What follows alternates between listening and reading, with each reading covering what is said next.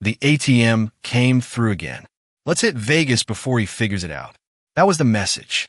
16 words that shattered everything I thought I knew about my family. 16 words sent by mistake from my father. Not to his little group chat with my mom and brother, where I was the silent cash machine they depended on, but to me, by accident. At first, I thought it had to be a joke. Some weird autocorrect mistake. Maybe he meant to text a friend or my brother and somehow hit my name. But then the follow-ups came, rushed, panicked, fumbling. Oh God, Ethan, that wasn't meant for you. It's just a joke between us. Can I call you? A joke? Calling your son an ATM, the same son who has been sending you $6,000 every single month for 5 years, is a joke? Let me rewind. My name is Ethan Miller. I'm 33, a senior product director at one of the top tech companies in Seattle. I grew up in a working-class neighborhood in Milwaukee. My dad was a warehouse supervisor until a back injury put him out of commission. My mom worked double shifts at a school cafeteria. We didn't have much, but they always said we had each other. I believe them. I believed that loyalty, gratitude, and family first were the core of everything. So when I made it, when my years of sleepless nights, missed parties, sacrificed relationships, and brutal work schedules finally paid off, I did what I thought any good son would do. I gave back $6,000 a month. Every month. No questions asked. I thought I was helping them heal, giving them the peace they never had.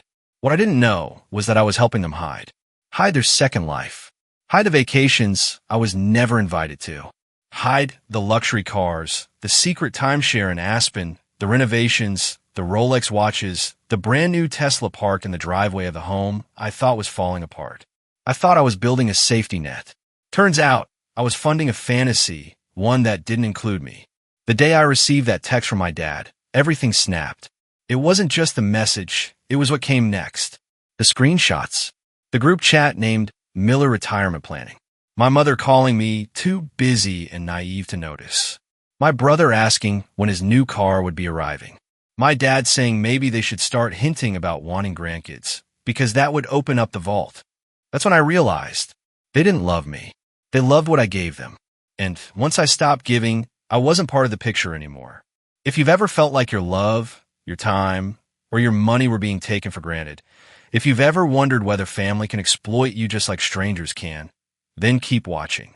Because what I discovered next didn't just change how I saw my family. It changed how I saw myself. I wasn't born into wealth.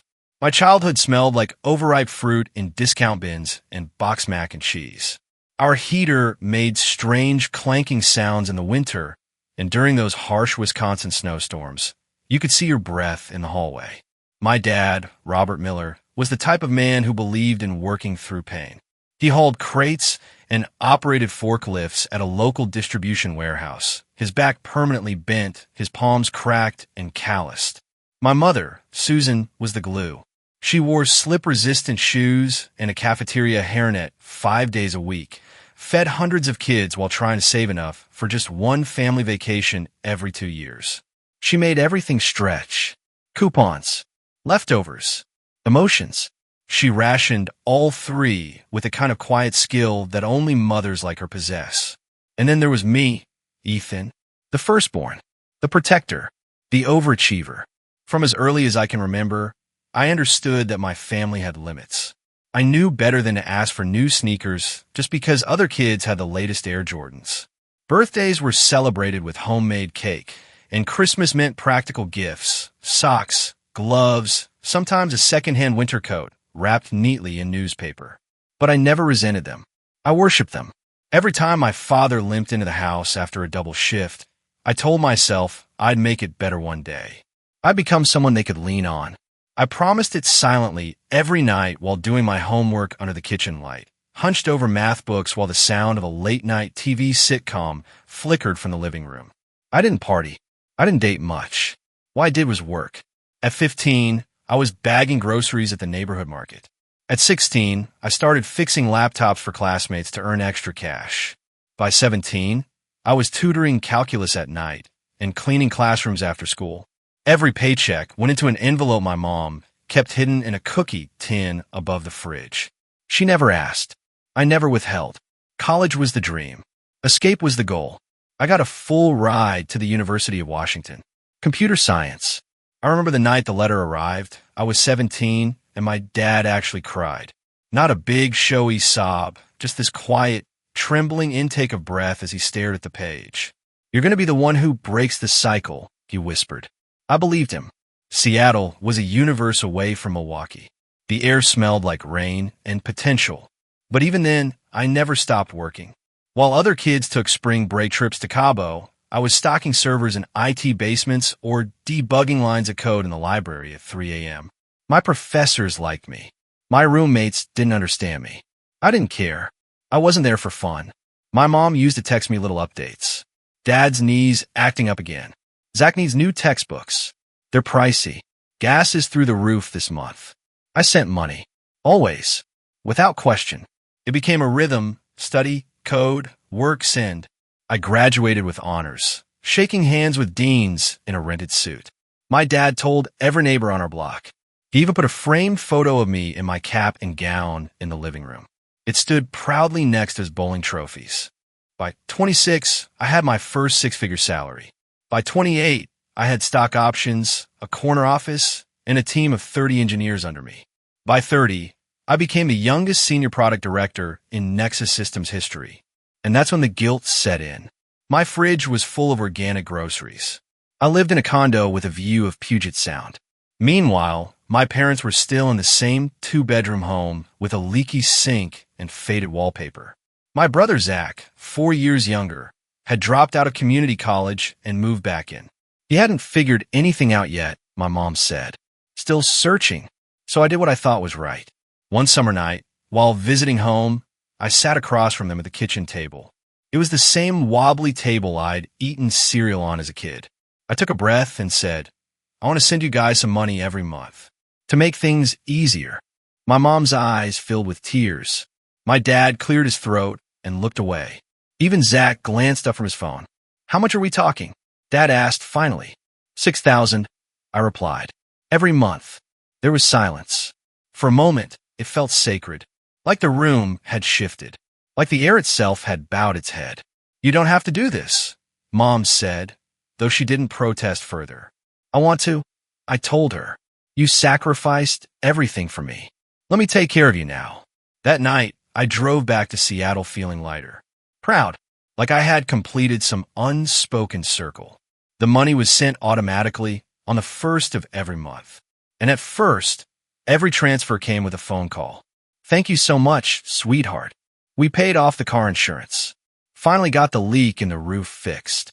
I imagine my parents sleeping more soundly, buying groceries without counting coins, maybe even taking a weekend off from worrying. It felt good. It felt righteous. I wasn't just making money, I was making a difference. Zach, however, remained. Zach, he still didn't have a job. Said he was figuring things out. He'd always been charming, lazy, and slippery. In high school, he coasted on charm and excuses. Now, he coasted on my generosity. I occasionally hinted maybe he could look into certifications or trades. Mom would reply gently, "He's not you, Ethan. Be patient with him." I bit my tongue. As the months passed, small inconsistencies started surfacing. My mom got a new SUV, but brushed it off as a dealership clearance sale. The kitchen cabinets were replaced. "Oh, the old ones were warped," she said. Zach had a new MacBook. He got it used, they told me. A new espresso machine. A gift, apparently. Still, I said nothing. I wanted to believe. I wanted to believe that my money was going toward keeping them afloat, not upgrading their lifestyle. I wanted to believe that I was the good son who finally gave his struggling parents a break, not a fool funding their fantasy. But the doubts? They were growing. I remember the first time my mom asked for the transfer a few days early. Just a timing thing, she said breezily. Nothing serious. The next month, same thing. Then came the calls when I mentioned I had some major expenses coming up. My car needed repairs, or I had to replace my laptop. They go quiet. Tense. But you'll still send the usual, right? It was no longer a gift. It was an expectation. Still, I justified it. I clung to the story I had built in my head. They raised me. They worked hard. They deserve this. Besides, what was I going to do? Stop helping them? The real answer? Yes. I should have. I should have asked questions. I should have set boundaries. I should have paid closer attention when the math didn't add up. But I didn't.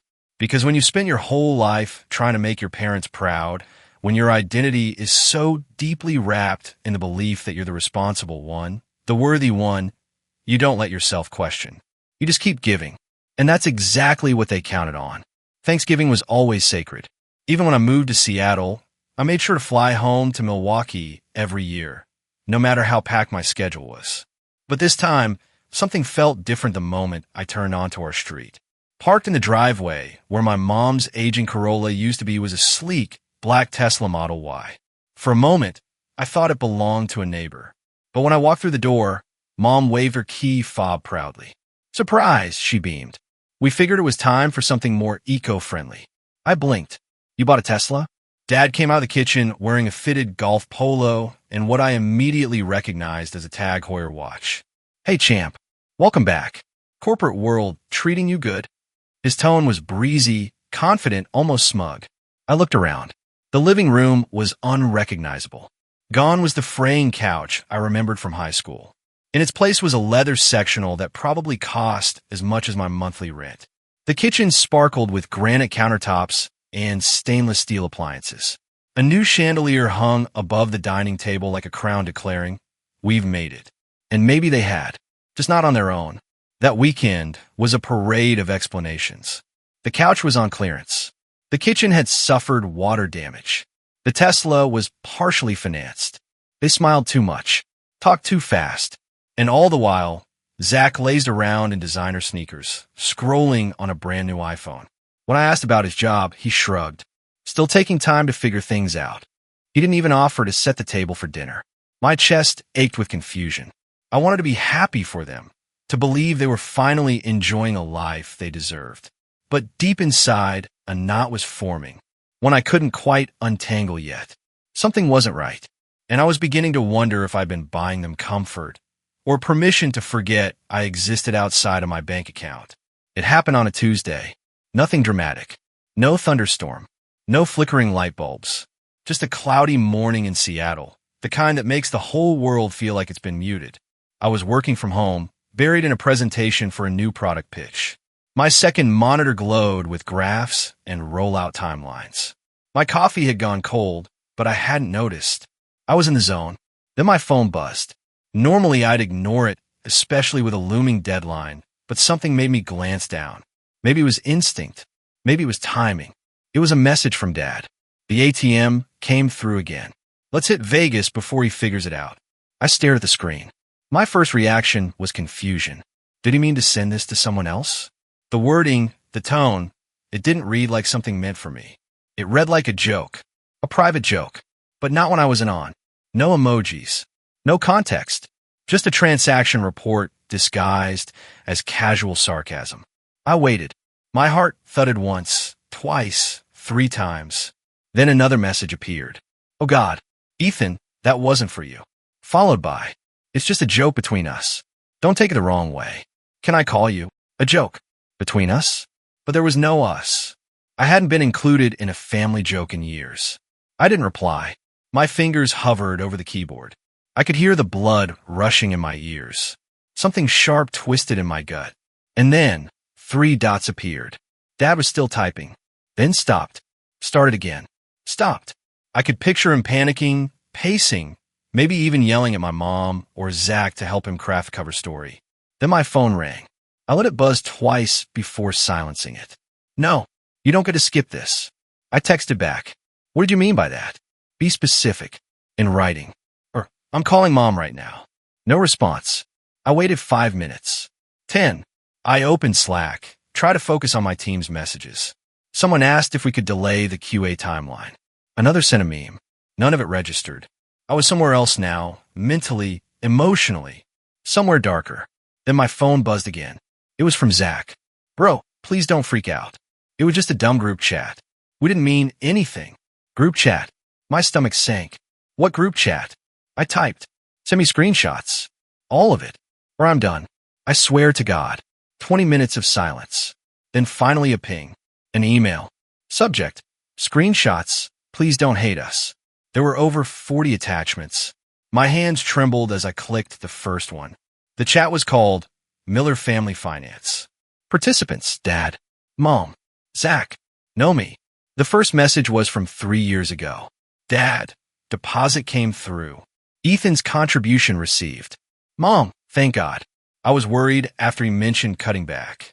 Zach, is it still the full $6,000? Dad, of course. He's smart with tech, not so much with boundaries. LOL. I kept scrolling.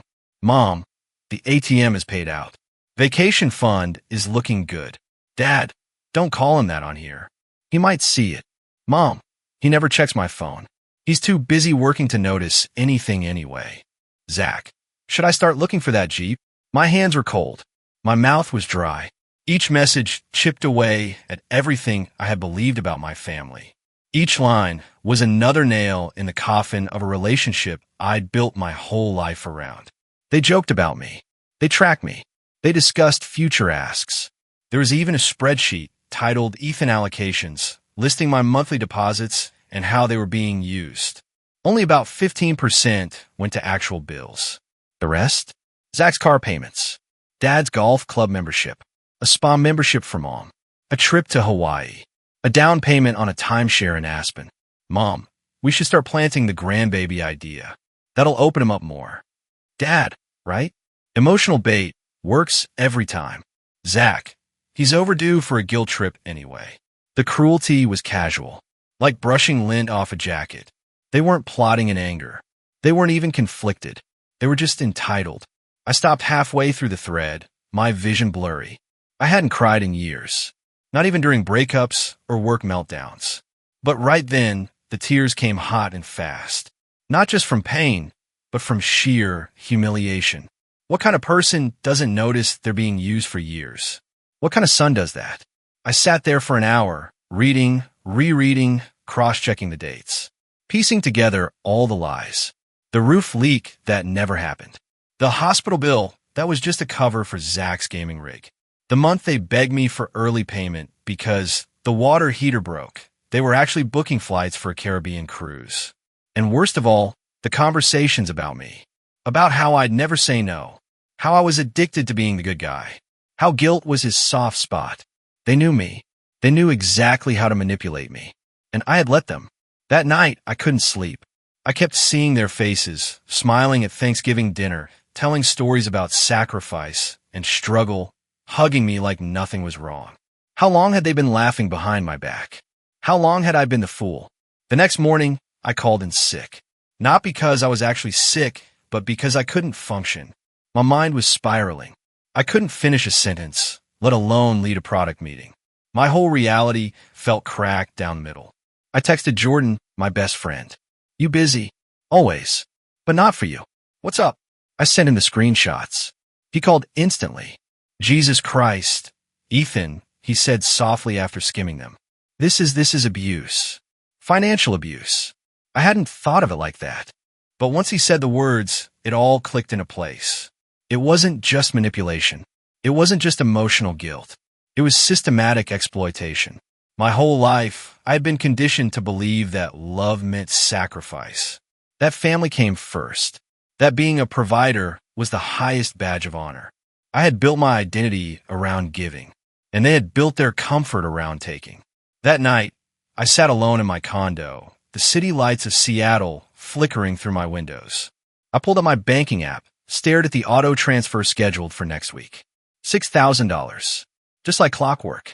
My finger hovered over the cancel recurring payment button. I didn't press it. Not yet.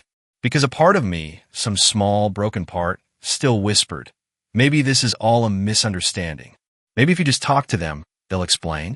But another voice, stronger now, said, they don't deserve another chance to explain. They had 5 years of chances. You gave them everything. And they gave you nothing back but silence and lies. Still, I wasn't ready. Not quite. But I was close. Very close. The hardest part wasn't the screenshots. It wasn't the spreadsheet listing exactly how they'd carved up my money like a family inheritance I hadn't died to leave them.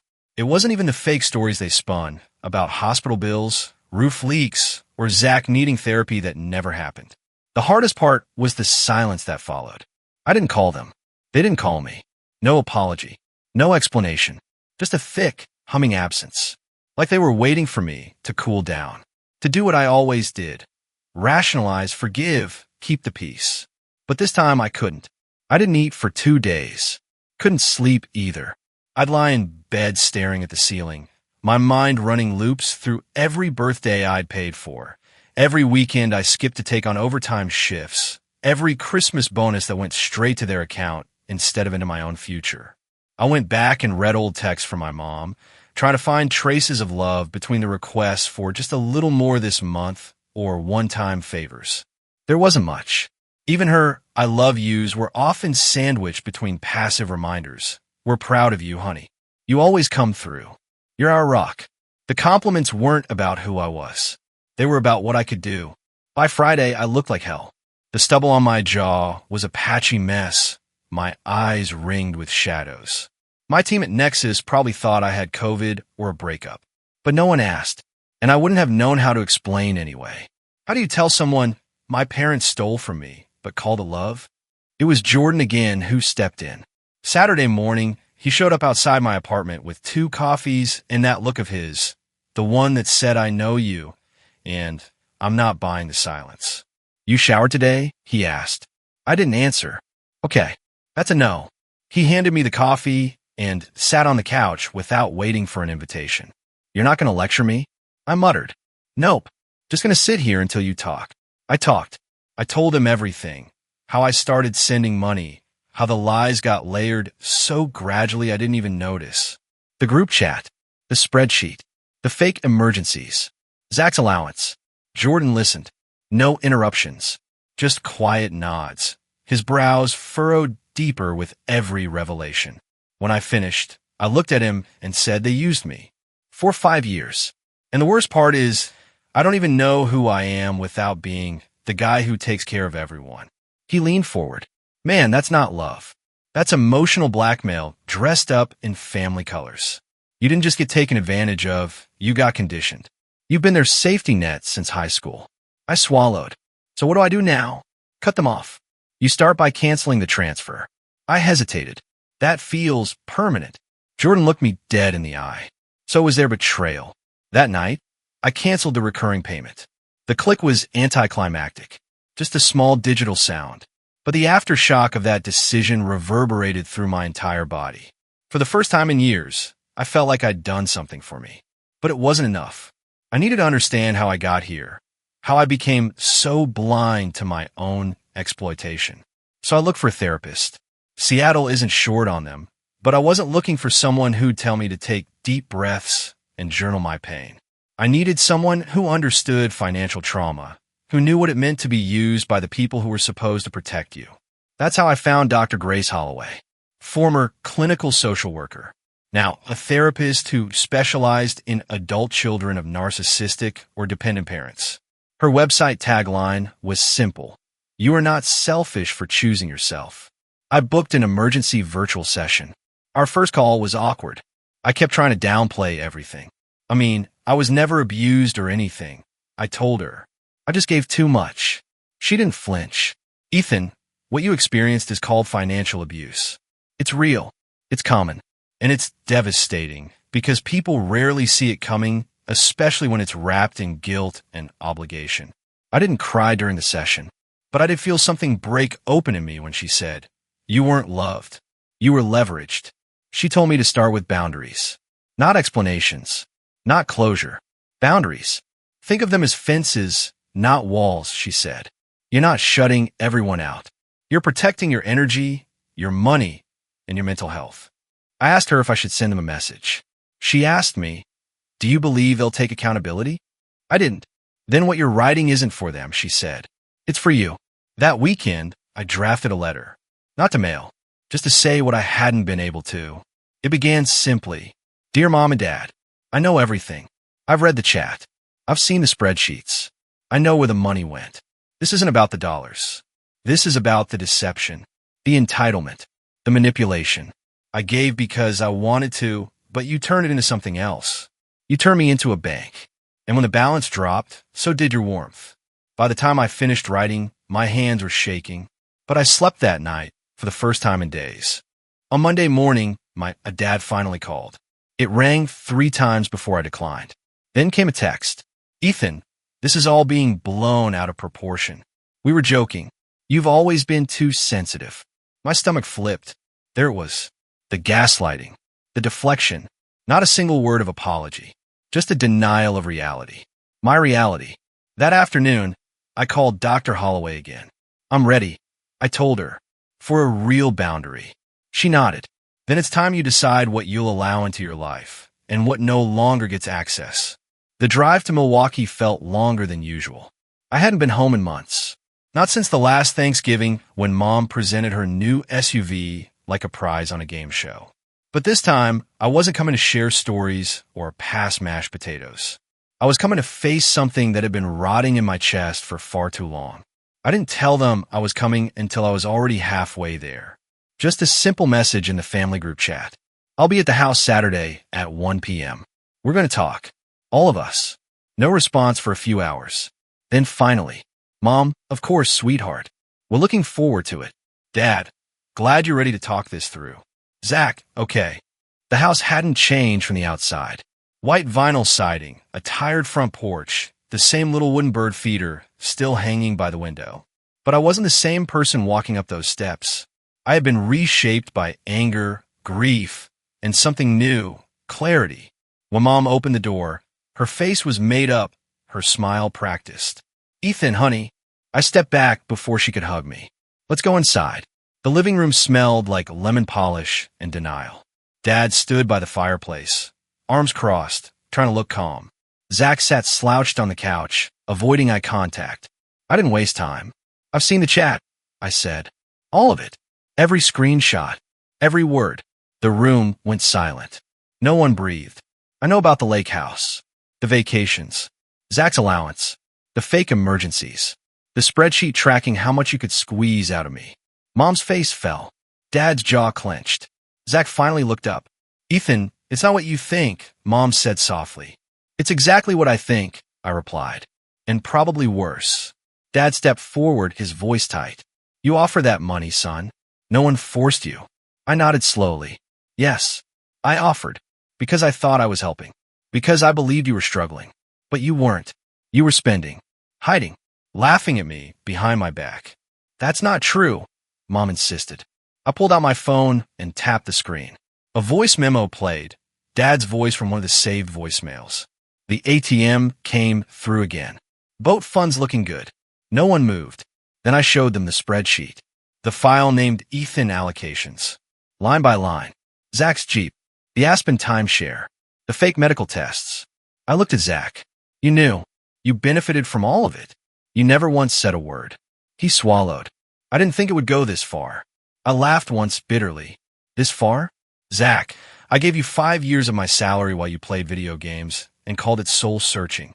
Dad, tried a different tactic. Do you know how much it costs to raise a child? All those years we worked double shifts. You did your job as parents, I said. You don't get a lifetime subscription to my income because you fed me. That's not how love works. That's not how family works. Mom started to cry. We just wanted some comfort in our later years. At my expense, I said. You lied. You manipulated. You took and took and took. She reached for me. I stepped back again. No, not anymore. I canceled the transfer. I added. Permanently. You'll need to adjust your lifestyle. Dad's voice rose. You can't just cut us off like that. I can, I said quietly. And I just did. Zach stood up, finally speaking. Ethan, I'm sorry, man. I really am. I should have said something.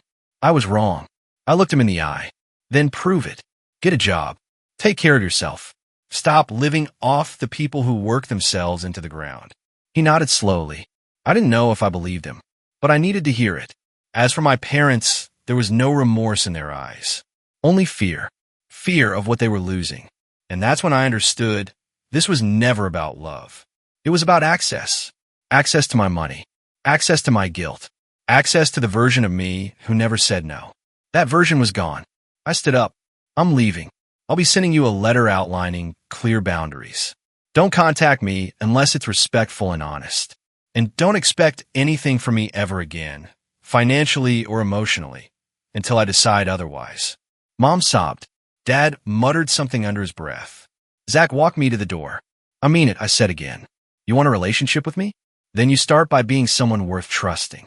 As I walked back to my car, I felt the wind pick up. It was sharp and cold, but it was clean. I didn't cry. I didn't look back.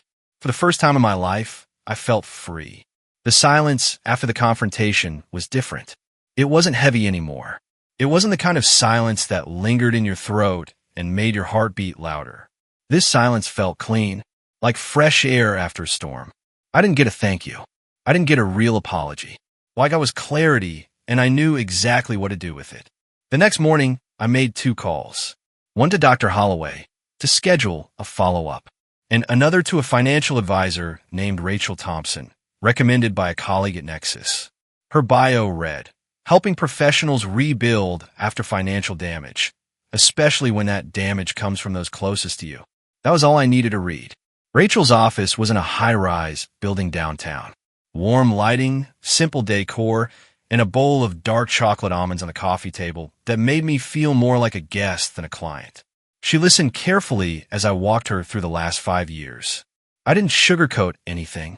The monthly transfers, the fake emergencies, the recent discovery of an unpaid credit card that my parents had secretly opened under my name, $20,000, buried in statements I never thought to check. When I finished, she leaned back and folded her hands. Ethan, she said calmly, you didn't just get exploited. You got systemically drained. I let out a long breath. Can I recover? Financially? Yes.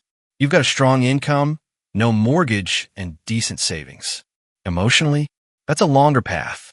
But you've already taken the most important step. You stopped the bleeding. We spent 2 hours building what she called a freedom framework.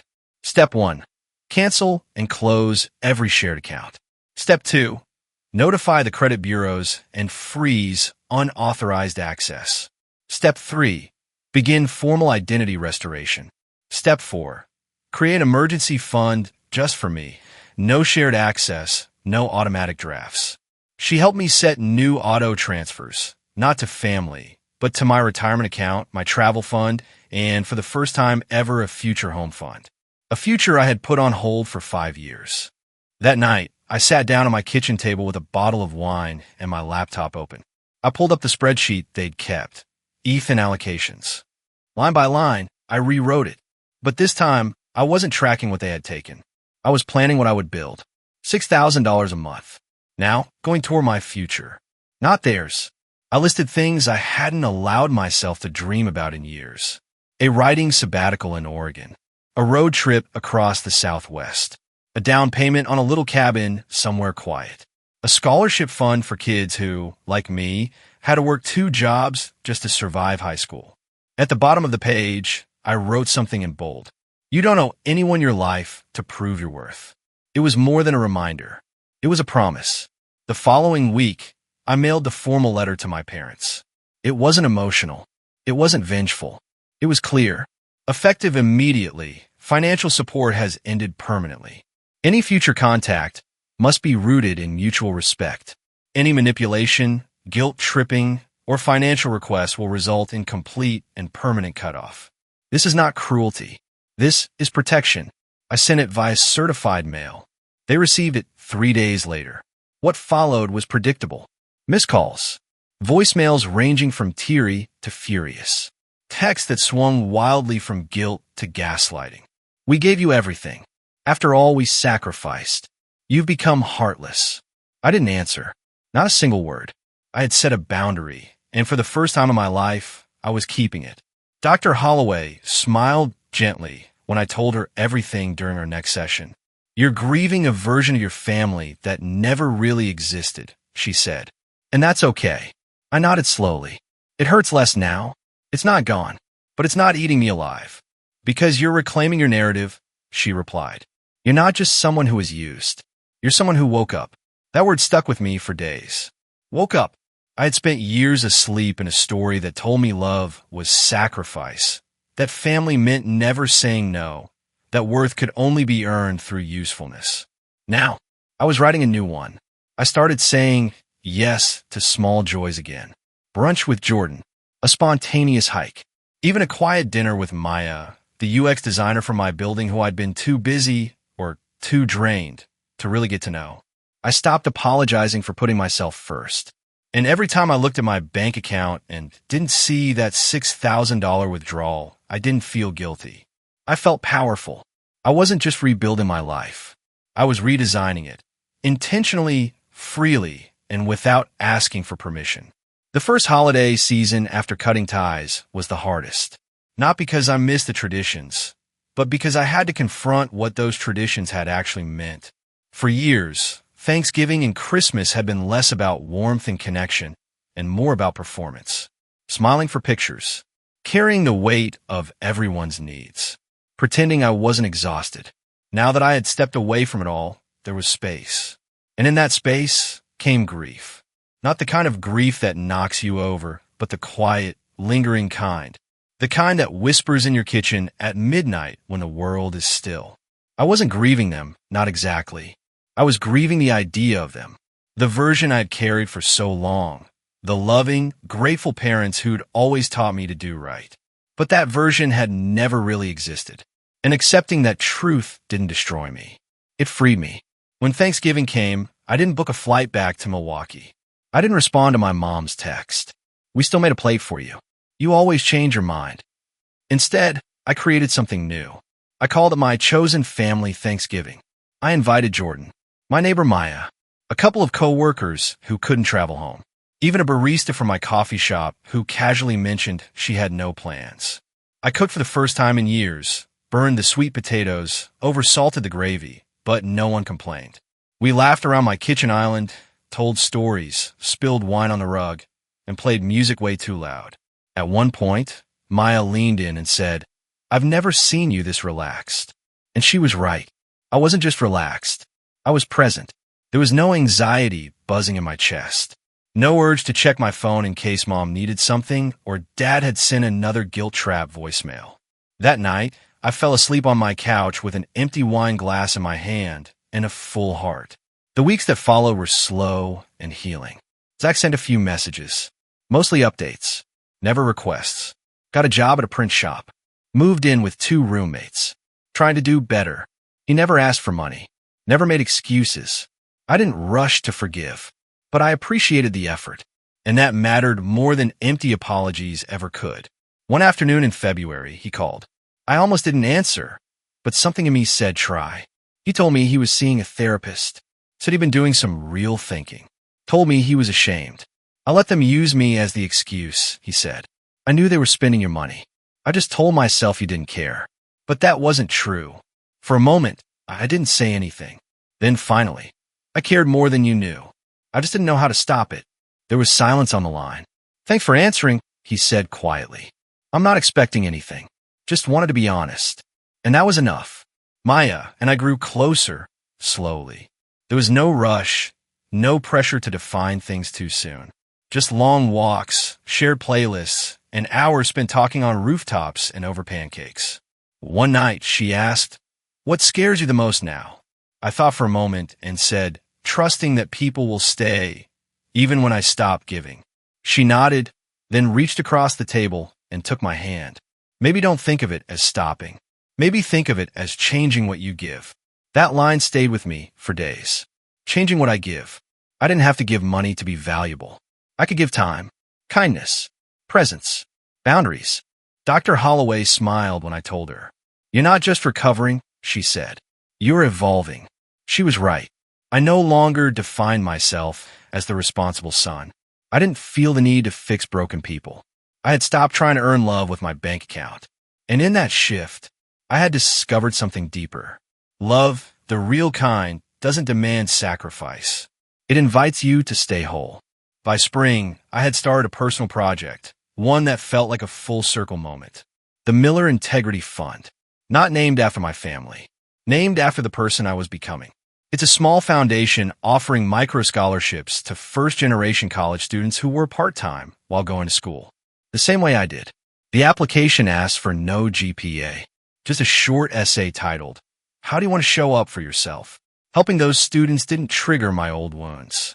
It healed them, because this time I was giving on purpose, not out of guilt. And as for family, I don't use that word lightly anymore. Family isn't biology. It's behavior. Family is the people who see you, not what you can offer. It's the friends who check in, the co-workers who pull up a chair, the strangers who become your safety net when the ones who raise you drop the thread. I may have lost the illusion of my family, but I gained something real, and I'd choose that any day. 1 year later, I sat on my balcony as the sun dipped below the Seattle skyline. The breeze was soft, the city alive beneath me. Distant sirens, laughter from a rooftop bar nearby, the occasional hum of tires on wet pavement. Life, moving, breathing, ongoing. And me, sitting there, still, quiet, finally whole. That word used to scare me. Whole sounded like something unreachable, like perfection, like something only people with perfect families, stable childhoods, and Pinterest holidays ever found. But now I understand, wholeness isn't about never being broken. It's about learning how to carry the cracks with strength. Dr. Holloway once told me, you're not healing back into the person you were before. You're becoming someone stronger in the places that used to hurt. At the time, it felt too poetic to believe, but now I know it was truth. I still get the occasional message from my parents. Some apologetic, some passive-aggressive, most ignored. I don't block them anymore. I just don't respond. I've learned that closure isn't something they can give me. It's something I had to create for myself. Zach visits once every couple of months. He brings coffee, sometimes pizza. He never asks for anything. He just shows up, and that's enough. Maya and I now share a space. A small, sunlit apartment near Green Lake with mismatched mugs, a record player, and a dog we impulsively adopted named Charlie. It's not perfect. Some days I still flinch when someone says family. Other days I hear a song or smell something that reminds me of my childhood and feel a wave of sadness I can't quite name. But I let it come. I no longer push the grief away. Because grief doesn't mean you're broken. It means you're still becoming. One morning, while reorganizing an old drawer, I came across a folded piece of paper I hadn't seen in years. It was a list I made during college. Things I'd do once I was successful. Buy Mom a house. Pay off Dad's truck. Send Zach to a better school. Take the whole family to Europe. I stared at it for a long time. Then I smiled. Not with bitterness. Not with regret. But with peace. Because I'd still done something incredible. Not for them. For me. If you're listening to this and your story feels similar, I want to say something clearly. You are not selfish for protecting your peace.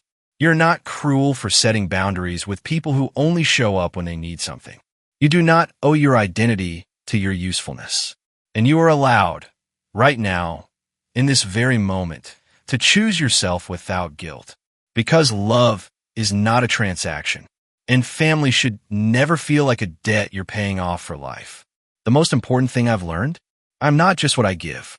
I'm not just my salary, my achievements, or my capacity to endure. I am joy. I am softness. I am strength forged in silence.